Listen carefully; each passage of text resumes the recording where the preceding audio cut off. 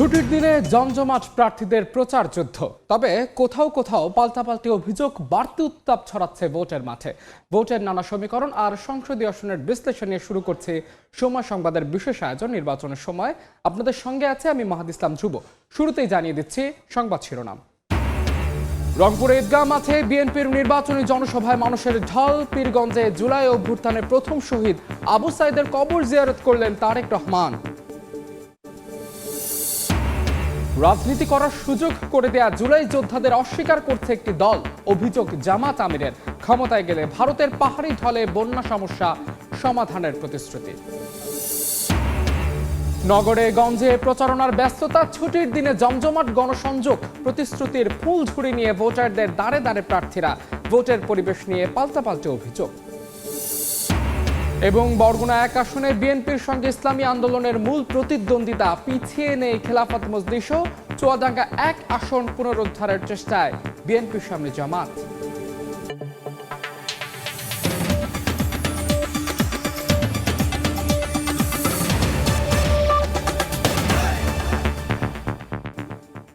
নির্বাচনের সময় আমরা দেশের বিভিন্ন সংসদীয় আসন নিয়ে আলোচনা করে থাকি। আজকেও আমরা বেশ কিছু আসন নিয়ে আলোচনা করব। তবে শুরুতেই দেখতে চাই আজকের দিনের আলোচিত সংবাদগুলো কি রয়েছে।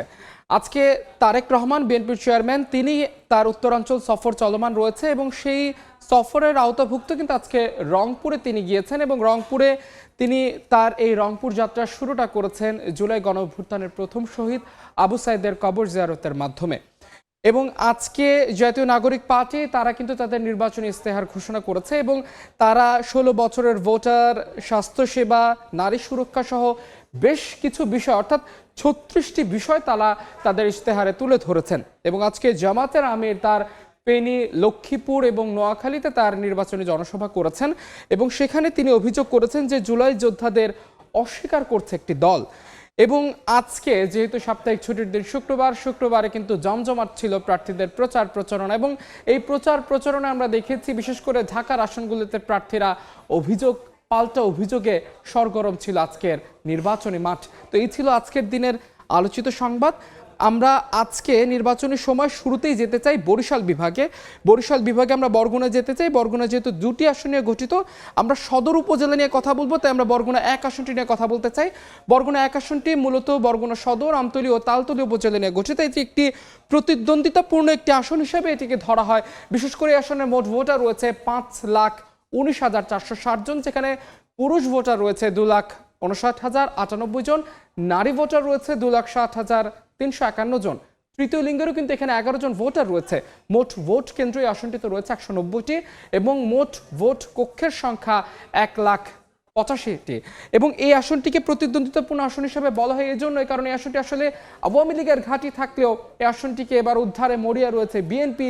এবং বিএনপি শুধু না, ইসলামী আন্দোলন এবং 11 দলীয় জোট প্রার্থীরাও কিন্তু এই আসনটিকে তাদের নিজেদের করতে ব্যস্ত। কারা লড়ছেন এই আসনে ধারের শেষ প্রতীকে লড়ছেন নজরুল ইসলাম মোল্লা। তিনি বরগুনা এই জেলা বিএনপির আহ্বায়ক হিসেবে দায়িত্ব পালন করছেন এবং তিনি কিন্তু বরগুনা জেলার সভাপতি হিসেবে দায়িত্ব পালন করেছিলেন এবং তিনি কিন্তু একজন জনপ্রিয় ইউনিয়ন পরিষদ চেয়ারম্যান ছিলেন।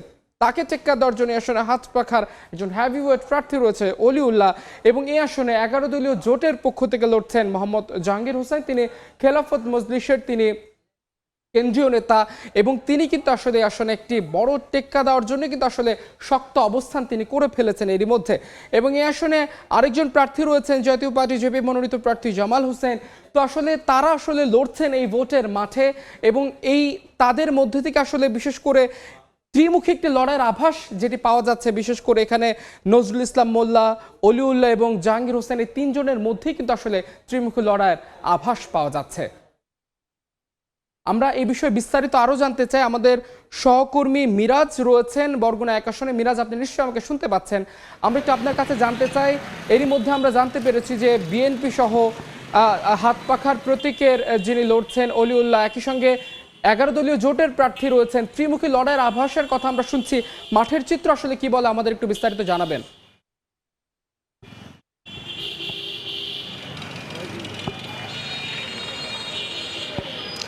দেখুন, বঙ্গোপসাগর তীরবর্তী নদ নদী বেষ্টিত বরগুনা জেলা। এই জেলার বরগুনা সদর এবং আমতলী ও তালতলী উপজেলা নিয়ে গঠিত বরগুনা ১ আসন। পায়রা নদী পশ্চিম তীরে বরগুনা সদর উপজেলা এবং পায়রা নদীর পূর্ব তীরে আমতলী এবং তালতলী উপজেলা। মূলত বরগুনা সদর উপজেলায় জেলা শহরের হেডকোয়ার্টারটি রয়েছে। এই আসনে মোট ভোটার রয়েছেন ৫,১৯,০০০। এর মধ্যে ২,৫৯,০০০ হচ্ছেন পুরুষ ভোটার এবং ২,৬০,০০০ রয়েছেন নারী ভোটার। বরগুনায় মোট এই আসনে ৪ জন প্রার্থী প্রতিদ্বন্দ্বিতা করছেন। এর মধ্যে রয়েছেন নজরুল ইসলাম মোল্লা, বিএনপি মনোনীত প্রার্থী, এবং ইসলামী আন্দোলন বাংলাদেশ মনোনীত প্রার্থী রয়েছেন অলিউল্লাহ। মূলত এই দুজনের মধ্যেই এখানে হাড্ডাহাড্ডি লড়াই হবে বলে এখানকার ভোটাররা আমাদেরকে জানিয়েছেন। এছাড়াও অন্য যে দুজন প্রার্থী রয়েছেন তাদের মধ্যে ১১ দলীয় ঐক্যজোট প্রার্থী রয়েছেন মোহাম্মদ জাহাঙ্গীর হোসাইন এবং জাতীয় পার্টি মনোনীত প্রার্থী রয়েছেন জামাল হোসাইন। তারাও দুজনও নির্বাচনী মাঠে রয়েছেন, তবে প্রচারণার ক্ষেত্রে কিন্তু এই দুজন অনেকটা পিছিয়ে রয়েছেন। আমরা এখানকার ভোটারদের সঙ্গে কথা বলেছি, তারা বলেছেন যে বঙ্গোপসাগর তীরবর্তী জেলা হওয়ার কারণে কিন্তু এই জেলায় যেভাবে উন্নয়নের ছোঁয়া লাগার কথা ছিল, অতীতের কোনো সরকারই এই ছোঁয়াটা লাগায়নি, যার ফলে কিন্তু এখানকার মানুষরা নিজেদেরকে ভাগ্য বিড়ম্বিত বলে আখ্যায়িত করছেন। তো তারা চাচ্ছেন যে যাতে এবার শুধু আশ্বাসের ফুলঝুরিতে ভুলে যেতে নয়, এবার তারা এমন প্রার্থীকে বেছে নিতে চান যারা তাদের প্রত্যাশাগুলো পূর্ণ করতে পারবেন, এই জেলার মানুষের চাহিদা পূর্ণ করতে পারবেন, তাদেরকেই তারা ভোট দিতে চাচ্ছেন। এদিকে যেমন নির্বাচনী প্রচারণা তুঙ্গে রয়েছে, ঠিক তেমনিভাবে কিন্তু ভোটাররাও কিন্তু তাদের ভোট দেওয়ার যে হিসেব নিকেশ সেটি কষতে শুরু করেছেন। অন্যদিকে জানিয়ে রাখি যে বরগুনা কিন্তু নদ নদী বেষ্টিত এই জেলা হওয়ার কারণে এখানে যোগাযোগ ব্যবস্থা পিছিয়ে রয়েছে, স্বাস্থ্যসেবার ক্ষেত্রেও পিছিয়ে রয়েছে।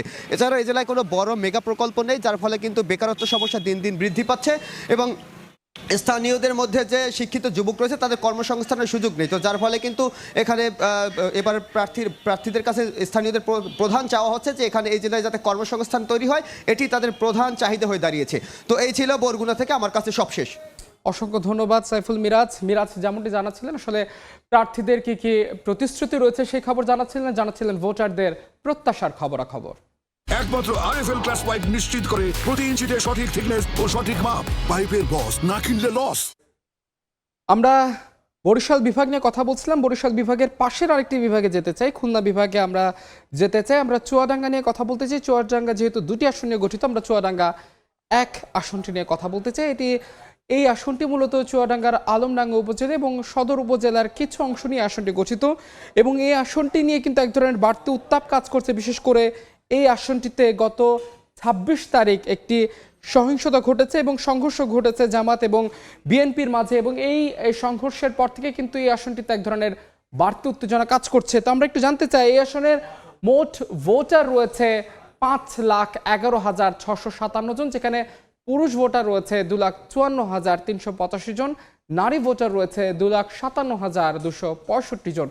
তৃতীয় লিঙ্গের ওই আসনে ৭ জন ভোটার রয়েছে এবং মোট ভোট কেন্দ্র রয়েছে ১৮০টি। এই আসনটিতে কখনো আওয়ামী লীগ তার শক্ত ঘাঁটি হিসেবে দেখিয়েছে, কখনো বিএনপি তার শক্তি দেখিয়েছে, কিন্তু এবার কিন্তু আসলে যেহেতু আওয়ামী লীগ ভোটের মাঠে নেই, এবার বিএনপির সঙ্গে টেক্কা দিয়ে জামাতও কিন্তু এই আসনটিতে তার শক্ত অবস্থান জানান দেওয়ার জন্য কিন্তু এরই মধ্যে তারা কিন্তু তাদের সকল প্রস্তুতি সম্পন্ন করেছে। কারা লড়ছেন এই নির্বাচনী আসনে? এই আসনে ধানের শীষের পক্ষ থেকে লড়ছেন মোহাম্মদ শরীফুজ্জামান শরীফ। তিনি চুয়াডাঙ্গা জেলা বিএনপির সাধারণ সম্পাদক হিসেবে দায়িত্ব পালন করছেন। তিনি আসনটি আসলে ধানের শীষের করার জন্য মরিয়া হয়ে লেগেছে এবং তাকে টেক্কা দেওয়ার জন্য জামাতের পক্ষ থেকে লড়ছেন মোহাম্মদ মাসুদ পারভেজ চুয়াডাঙ্গা জেলা জামাতের সহকারী সেক্রেটারি হিসেবে দায়িত্ব পালন করছেন। তিনি আসনটিতে আসলে একজন হেভিওয়েট প্রার্থী হিসেবে তাকে ধরা হচ্ছে এবং কোনো অংশে কিন্তু কম যাচ্ছে না হাত পাখা প্রতীকে মোহাম্মদ জহিরুল ইসলাম ইসলামী আন্দোলন বাংলাদেশের চুয়াডাঙ্গা জেলা শাখার সহ সভাপতি হিসেবে দায়িত্ব পালন করছেন। আমরা এই আসনটি সম্পর্কে আরো বিস্তারিত জানতে চাই। আমাদের সহকর্মী মাহফুজ মামুন রয়েছেন সেখানে। মাহফুজ, আমরা একটু যেতে চাই আমাদের সহকর্মীর কাছে। মাহফুজ, আপনি নিশ্চয় আমাকে শুনতে পাচ্ছেন? আমরা একটু চুয়াডাঙ্গা ১ আসনের ভোটের মাঠের কি কি হালচাল রয়েছে, সে হালচাল, বিশেষ করে ভোটারদের কি কি প্রত্যাশা এবং প্রার্থীদের কি প্রতিশ্রুতি, এই বিষয়ে একটু জানতে চাই আপনার থেকে। নির্বাচনের আর মাত্র ১২ দিন বাকি রয়েছে। এর মাঝে প্রার্থীদের প্রচারণার ব্যস্ততা বেড়েছে কয়েক গুণ। ভোর থেকে রাত পর্যন্ত তারা প্রচারণা করছেন দলীয় নেতাকর্মীদের সাথে নিয়ে। চুয়াডাঙ্গাতে 2টি সংসদীয় আসন রয়েছে। চুয়াডাঙ্গা ১ আসনে 3 জন প্রার্থী এবারে জাতীয় সংসদ নির্বাচনে প্রতিদ্বন্দ্বিতা করছেন। বিএনপির পক্ষে জেলা বিএনপির সাধারণ সম্পাদক শরীফুজ্জামান শরীফ ধানের শীষ প্রতীক নিয়ে তিনি প্রতিদ্বন্দ্বিতা করছেন চুয়াডাঙ্গা ১ আসনে। জামাত ইসলামের পক্ষে দাঁড়িপাল্লা প্রতীক নিয়ে প্রতিদ্বন্দ্বিতা করছেন করছেন মাসুদ পারভেজ রাসেল এবং ইসলামী আন্দোলনের একজন প্রার্থী প্রতিদ্বন্দ্বিতা করছেন মোহাম্মদ জহুরুল ইসলাম। তিনজন প্রার্থী হচ্ছে নির্বাচনী মাঠ চষে বেড়াচ্ছেন। নির্বাচনের দিন যতই শেষ হয়ে আসছে ততই প্রার্থীদের মাঝে প্রচারণার ব্যস্ততা বেশি পড়েছে। চুয়াডাঙ্গা 1 আসনে প্রার্থীরা বলছেন যোগ্য প্রার্থীকে তারা ভোট দেবেন, যারা হচ্ছে নির্বাচনে বিজয়ী হয়ে এলাকার উন্নয়নে সাধারণ মানুষের পাশে থাকবেন এবং সাধারণ মানুষের জন্য কিছু করবেন এমন প্রার্থীকেই তারা বেছে নেবেন, যারা হচ্ছে সবসময় এলাকার উন্নয়নের দিকে নজর রাখবেন। বিগত দিনে হচ্ছে অনেক প্রার্থী হচ্ছে নানা ধরনের প্রতিশ্রুতি দিলেও তারা হচ্ছে নির্বাচনের পর তাদের প্রতিশ্রুতি রাখেননি। সেই কারণে এবার ভোটাররা খুব সতর্কতার সাথে তাদের ভোটাধিকার প্রয়োগ করবেন বলে জানিয়েছেন সাধারণ ভোটাররা। চুয়াডাঙ্গা 1 আসনে ভোটার রয়েছেন 5,11,657 জন। 180টি কেন্দ্রে এবার ভোট গ্রহণ অনুষ্ঠিত হবে। চুয়াডাঙ্গায় হচ্ছে তৃতীয় লিঙ্গের ভোটার রয়েছে 1 আসনে 7 জন। এই ছিল চুয়াডাঙ্গা থেকে নির্বাচনের সর্বশেষ। মামুন, আপনাকে অসংখ্য ধন্যবাদ। সহকর্মী মামুন যেমনটি জানাচ্ছিলেন, আসলে সেখানকার চুয়াডাঙ্গা 1 আসনের ভোটারদেরকে কি প্রত্যাশা রয়েছে এবং প্রার্থীদেরকে কি প্রতিশ্রুতি রয়েছে সেই খবরাখবর জানাচ্ছিলেন সহকর্মী মামুন। আরএফএল ওয়াটার পাম্পের রোটর এখন আরো উন্নত আর বিদ্যুৎ সাশ্রয় হয় 20% পর্যন্ত। বিভাগের একটি আসন নিয়ে কথা বললাম খুলনা বিভাগে। এ পর্যায়ে আমরা যেতে চাই চট্টগ্রাম বিভাগে। আর চট্টগ্রাম যেহেতু 16টি আসন নিয়ে গঠিত, তাই আমরা চট্টগ্রাম 10 আসনটি নিয়ে কথা বলতে চাই। 10 আসনটি কিন্তু এরই মধ্যে আলোচনায় সৃষ্টি হয়েছে। 10 আসনটিকে নিয়ে বিশেষ করে এটি বেশ কিছু এলাকা নিয়ে, এর পাশাপাশি চট্টগ্রাম সিটি কর্পোরেশন বেশ কিছু ওয়ার্ড নিয়ে আসনটি গঠিত এবং এই আসনটির প্রতি কিন্তু বাড়তি নজর মানুষের রয়েছে। এর জাতীয় সংসদের 187 নম্বর আসন। একটু জানিয়ে রাখতে চাই আসনের ভোটার সংখ্যা কত একটু বলতে চাই। আসনে 4,92,444 জন ভোটার রয়েছে, যেখানে পুরুষ ভোটার রয়েছে 2,49,784 জন, নারী ভোটার রয়েছে 2,42,631 জন এবং তৃতীয় লিঙ্গের 29 জন ভোটার এই আসনে রয়েছে। মোট ভোট কেন্দ্র রয়েছে 139টি, ভোট কক্ষ রয়েছে 921টি। এই আসনটি নিয়ে বাড়তি উত্তেজনা কাজ করছে, কারণ এই আসনে বেশ কিছু হেভিওয়েট প্রার্থী আসনে রয়েছেন। বিশেষ করে আমরা বলতে চাই এই আসনটিতে কারা লড়ছেন একটু দেখাতে চাই। এই আসনে ধানের শীষের কাণ্ডারি হয়েছেন সাইদ আল নোমান। তিনি প্রয়াত বিএনপির ভাইস চেয়ারম্যান এবং প্রয়াত মন্ত্রী আব্দুল্লাহ নোমানের একমাত্র ছেলে এই সাইদ আল নোমান। এই আসনটিতে এর আগে কিন্তু আসলে বিএনপির স্ট্যান্ডিং কমিটির মেম্বার আমির খসরু মাহমুদ চৌধুরীকে নমিনেশন দেওয়া হলো, পরে তাকে 11 আসনে দিয়ে 10 আসনটি দেওয়া হয় সাইদ আল নোমানের জন্য। এই 10 আসনটি বরাদ্দ করা হয়। তো তিনি হচ্ছেন ধানের শীষ প্রতীকে এই আসনে বিএনপির কাণ্ডারি এবং তাকে টেক্কা দেওয়ার জন্য জামাতের পক্ষ থেকে লড়ছেন মোহাম্মদ শামসুজ্জামান হেলালি। কিন্তু আসলে সেই এলাকায় একজন হেভিওয়েট প্রার্থী হিসেবে তাকে গণ্য করা হচ্ছে। বিশেষ করে তিনি কিন্তু জামাতের চট্টগ্রাম মহানগর জামাতের সাংগঠনিক সম্পাদক হিসেবে দায়িত্ব পালন করছেন এবং এই আসনে কিন্তু ইসলামী আন্দোলন বাংলাদেশের একজন প্রার্থী রয়েছেন। তিনি চট্টগ্রাম মহানগর ইসলামী আন্দোলন বাংলাদেশের একজন কেন্দ্রীয় নেতা, তিনি হচ্ছেন মাওলানা জান্নাতুল ইসলাম। তিনি আসনটিতে লড়ছেন। বিশেষ করে আসলে এই আসনে আওয়ামী লীগের জন্য একটি শক্ত ঘাঁটি হিসেবে বিবেচনা করা হলো। এবার যেহেতু আওয়ামী লীগ ভোটের মাঠে নেই, এবার এই আসনটি নিজের করে নেওয়ার জন্য লড়াইয়ে ব্যস্ত রয়েছে বিএনপি এবং কোনো অংশে কিন্তু পিছিয়ে নেই জামাত। এই আসনে আরও বেশ কিছু প্রার্থী রয়েছে, একটু আমি জানিয়ে দিতে চাই। আসনে জাতীয় পার্টির প্রার্থী হচ্ছে মোহাম্মদ মেদাত হোসেন চৌধুরী, বাসদের প্রার্থী আসমা আক্তার, ইসলামী ফ্রন্ট বাংলাদেশের মনোনীত প্রার্থী মোহাম্মদ লিয়াকত আলী, ইসলামী আন্দোলনের জান্নাতুল ইসলাম, যেটা আমরা এর আগে বলেছি, ইনসানিয়াত বিপ্লবের সাবিনা খাতুন, লেবার পার্টির ওসমান গুনি এবং একজন স্বতন্ত্র প্রার্থীও রয়েছে মোহাম্মদ আলমান আলী। তো আমরা এই আসনটি সম্পর্কে আরও বিস্তারিত জানতে চাই। আমাদের সহকর্মী পার্থপ্রতিম বিশ্বাস রয়েছেন চট্টগ্রাম 10 আসনে। পার্থ, আপনি নিশ্চয়ই আমাকে শুনতে পাচ্ছেন। আমরা জানতে চাই আপনার কাছে, এটি একটি অনেক বড় একটি এলাকা নিয়ে কিন্তু চট্টগ্রাম 10 আসন, ভোটার সংখ্যাও কিন্তু ব্যাপক এবং প্রার্থীও হয়েছেন বহু মানুষ। ভোটের চিত্র কি সেখানকার, আমাদের একটু জানাবেন বিস্তারিত।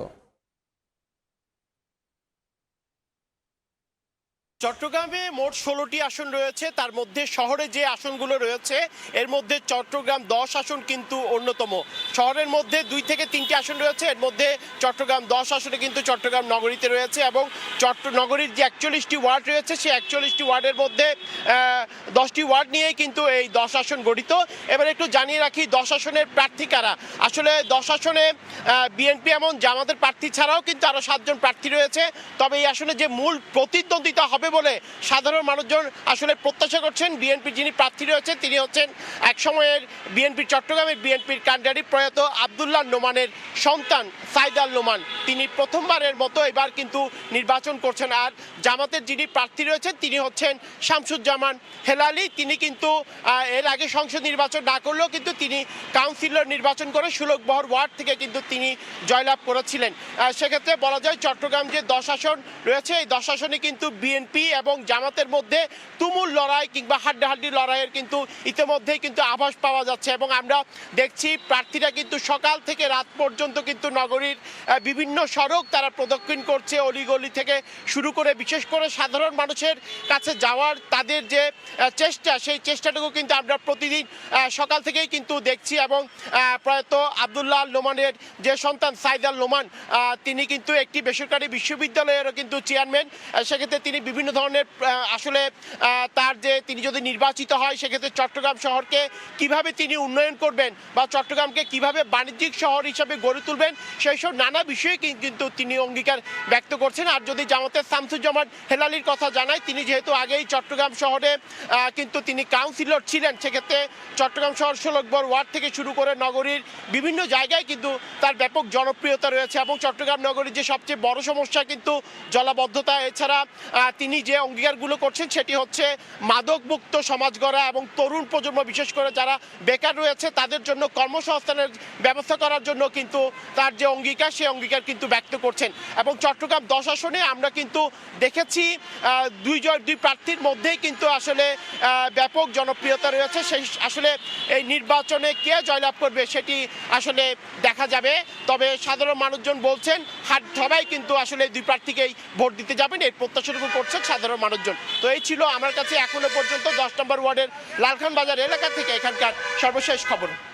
পার্থ, আপনাকে অসংখ্য ধন্যবাদ। আসলে পার্থ যেমনটি জানাচ্ছিলেন এই আসনে বেশ কিছু প্রার্থী হলে সবার নজর আসলে জামাত এবং বিএনপির দিকে। বিশেষ করে তিনি যেটি বলছিলেন জামাতের যিনি প্রার্থী রয়েছেন তিনি কিন্তু আসলে একটি ওয়ার্ডের কাউন্সিলর হিসেবে দায়িত্ব পালন করেছেন এবং কাউন্সিলর হিসেবে দায়িত্ব পালন করার কারণে তার কিন্তু ব্যাপক জনপ্রিয়তা রয়েছে চট্টগ্রামে। এবং বিএনপির যিনি প্রার্থী রয়েছেন তার বাবা একজন মন্ত্রী হিসেবে দায়িত্ব পালন করেছেন এবং তিনি একজন প্রয়াত যেহেতু মন্ত্রী এবং একই সঙ্গে তিনি কিন্তু আসলে চট্টগ্রাম অঞ্চলে ব্যাপক জনপ্রিয় একজন নেতা ছিলেন মরহুম প্রয়াত আব্দুল্লাহ নোমান। তার একমাত্র ছেলে এই সাইদ আল নোমান। এই সাইদ আল নোমান এবং হেলালি এই দুজনের মধ্যে আসলে যেহেতু দুইজনই একজনের বাবার কারণে এবং এই সাইদ আল নোমান তার নিজের কারণে কিন্তু চট্টগ্রামে ব্যাপক জনপ্রিয় হয়ে উঠেছেন। অন্যদিকে জামাতের যিনি কান্ডারি হয়েছেন তিনি কিন্তু আসলে জামাতের কান্ডারি হওয়ার পাশাপাশি যেহেতু তিনি কাউন্সিলর ছিলেন সেই কারণে কিন্তু তার একটা রিজার্ভ ভোট ব্যাংক রয়েছে। তো সব মিলিয়ে কিন্তু আসলে সবচেয়ে বড় দেখার বিষয় এবং জামাত এবং বিএনপির মাধ্যমেই সবচেয়ে বড় হাড্ডাহাড্ডি লড়াইয়ের আভাস কিন্তু আসলে আমাদের সহকর্মী পার্থপ্রতিম বিশ্বাস তিনি আসলে সেটাই জানাচ্ছিলেন। তো দেখছেন নির্বাচনের সময়, সঙ্গেই থাকুন। দেখছেন নির্বাচনের সময়।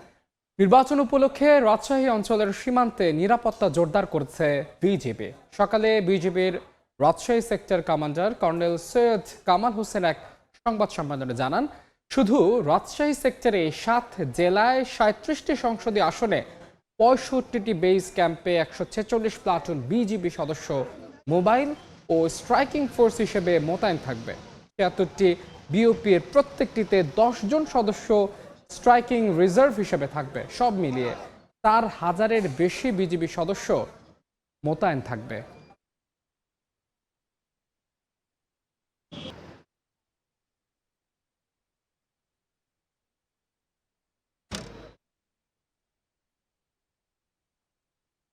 দেখছেন নির্বাচনের সময়। সামনে জাতীয় সংসদ নির্বাচন, আর সেই নির্বাচন নিয়ে ভোটারদের মধ্যে চলছে নানা আলোচনার সমীকরণ। হাটে মাঠে ঘাটে তার সঙ্গে বাদ পড়ছে না চায়ের দোকানের আড্ডায়ও। চাঁদপুরের 5টি সংসদীয় আসনের সবখানেই চলছে ত্রয়োদশ জাতীয় সংসদ নির্বাচনের ভোটে প্রার্থীদের কাছে তাদের প্রত্যাশা সন্ত্রাস, মাদক এবং বেকার মুক্ত সমাজ। তার সঙ্গে শিক্ষা ও চিকিৎসার নিশ্চয়তাও চান তারা। চায়ের আড্ডায় ভোটারদের প্রত্যাশার কথা তুলে ধরেছেন সহকর্মী ফারুক আহমদ। এই মুহূর্তে আছি আমি চাঁদপুর 3 নির্বাচনী আসনে, যে আসনটি জেলার সবচেয়ে গুরুত্বপূর্ণ এবং জেলা রাজনীতি মূলত এই আসনকে ঘিরে আবর্তিত হয়। আর সেই চায়ের চুমুকে চুমুকে আগামী জাতীয় সংসদ নির্বাচন নিয়ে আমি ভোটারদের প্রত্যাশা জানতে চাইব। এই নির্বাচনে আমরা এমন প্রার্থী চাই যে দেশের জন্য যারা উন্নত করবে আর কি, যাদের দ্বারা দেশ আরো এগিয়ে যাবে। এমন একজন প্রার্থী চাই যেন দেশের উন্নতি হয়, তারপরে মাদক মুক্ত থাকে, নেশামুক্ত থাকে, সন্ত্রাস মুক্ত থাকে, আমাদের নারীদের যেন অধিকার থাকে। আমার প্রত্যাশা থাকবে চাঁদপুরে স্বাস্থ্য খাতে ভালো একটা পজিশনে চলে আসুক, যেন চাঁদপুরের মানুষ চিকিৎসা নিয়ে ঢাকায় যাইতে না হয়। দুর্নীতি ঘুষ এটা যাতে বন্ধ হয়, যারা এটা করতে পারবে তারাই যাতে ক্ষমতায় আসে। যাই হোক ভালো কিছু করবো আমগুলো লাগা, এলাকার লাগা, দেশের লাগা, এটাই আমরা চাই। এই ছিল নির্বাচনের সময় এখনকার আয়োজন। এরপর রাতের সময় নিয়ে সঙ্গে থাকবেন সহকর্মী শবনম নিবিড়। সঙ্গেই থাকুন সময়।